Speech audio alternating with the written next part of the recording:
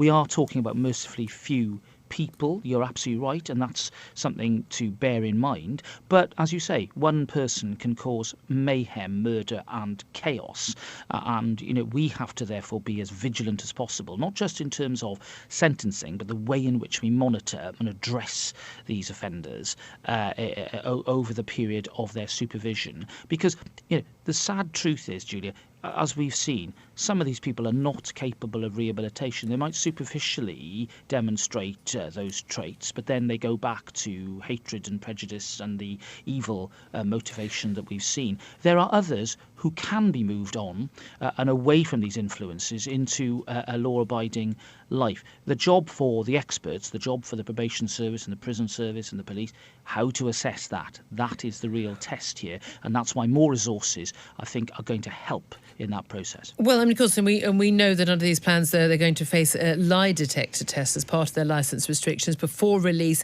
and after release as well. Now, this already is the case for serious sex offenders out on licence. This isn't obviously going to be the only factor involved, but how certain can we be lie detector tests give us a clear idea of whether someone is telling the truth about whether they are rehabilitated or not? Well, I think they give greater certainty. I'm not going to pretend, as you indicated, that they're the be-all and end-all, but as you say, they've been used in the context of serious sex offenders for about 7 or 8 years now, and there have been, some useful results from that. And it's clear that as part of a package, a process of assessment and constant interview and monitoring, they can be of real assistance. So I think introducing the law to allow their use is a sensible measure. There are so many planks out there.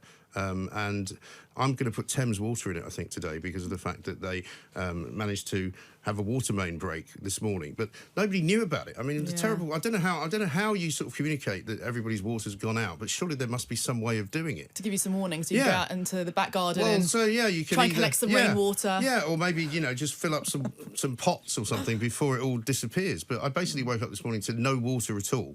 Had to brush my teeth with bottled water, but I didn't really fancy having a shower holding a bottle over my head.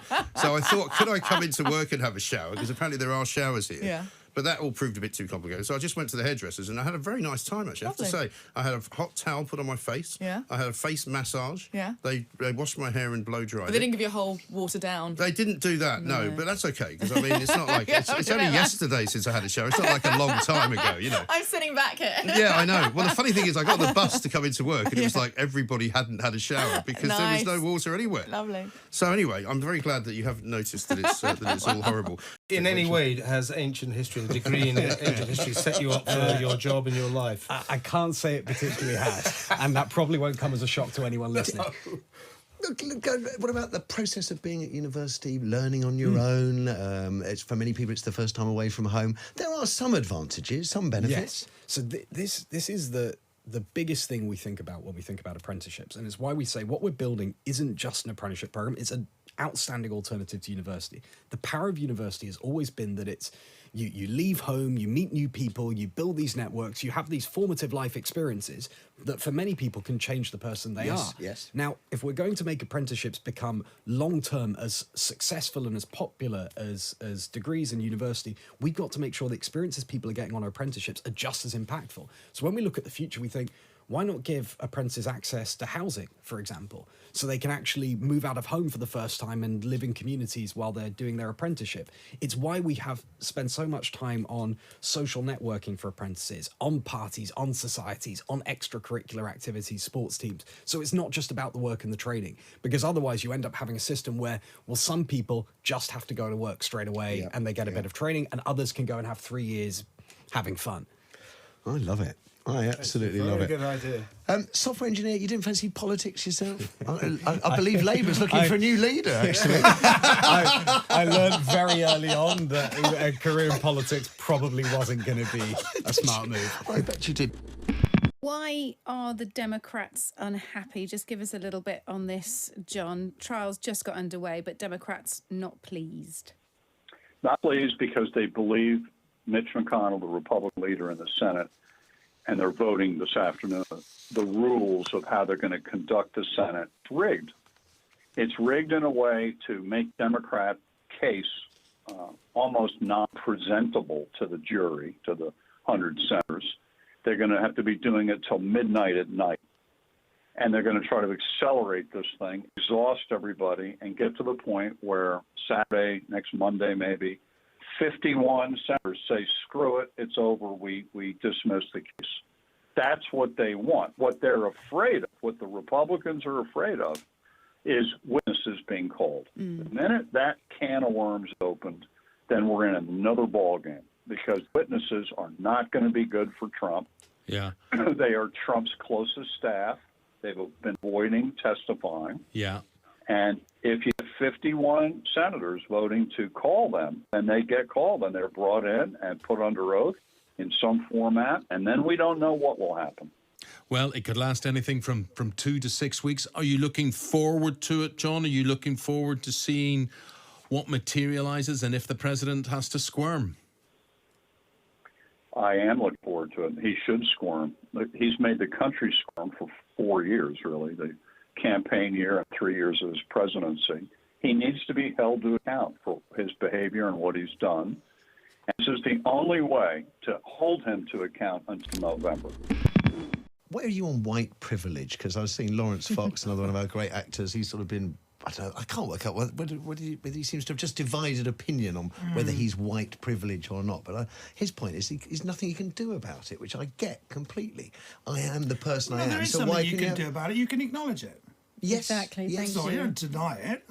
You know, describing someone as white privilege, it's not an insult. It's just an acknowledgement of your situation. I think that's pretty easy to do and pretty straightforward. It seems to be used as an insult these days, which that's the bit that bothers me. Well, anything can be used as an insult, but that doesn't change the truth of it, does it? No, very true. There's growing evidence this is not a one-off at all. It's certainly not, and the family have been contacted as a result of the highlighting of this case by 15 other families who've either lost loved ones, so they've been killed by members of the American military driving on the wrong side of the road, or have had serious injury. And on top of that, last week alone, there were 7 cars came out of the base at Croughton on the wrong side of the road. And these are all, including 15 other families, are all related to RF Croughton? No, they're not. They're bases across bases. the country. So Mildenhall, a driver was killed by an American driver on the wrong side of the road. But it's a specific issue. These are American drivers used to driving on the right, obviously, who are just, despite the fact we've seen there are road signs all around RF Croughton saying drive on the left. They're just getting into habit, just not thinking, and they're driving on the wrong side of the road. It's almost worse than that, because historically there used to be this driver training and the Americans then declined or refused to have it. And there is also another solution, particularly at RF Croughton, because there are 2 roads in and out of the base. One takes you onto a dual carriageway, so you're forced to turn left and be on the correct side of the road, whereas the other one is the place where Harry was killed. And the Americans have refused to use the as the primary entrance and exit, the one that forces you onto the road carriageway, because they say they'd have to move the guard box and that would be expensive. Now, for me, I value life more highly than a guard box, and I think it is utterly disgraceful. It is extraordinary, isn't it? If this is happening on such a scale, and I think we've all seen footage that's been in the news in the last few days of locals just saying, what on earth is someone doing? And there's a woman driving, I think, a Range Rover, and again on the wrong side of the road, and obviously just totally unaware. Now, is it the case that we, perhaps in Britain, we're used to actually driving on the other side of the road? Lots of people go and drive on holiday in France or Spain or Germany, and they get used to having to remember that. I mean, I think most couples probably have the same rule we have, which is if the other half ever does stray and forget, shout, right hand side of the road, right hand side of the road.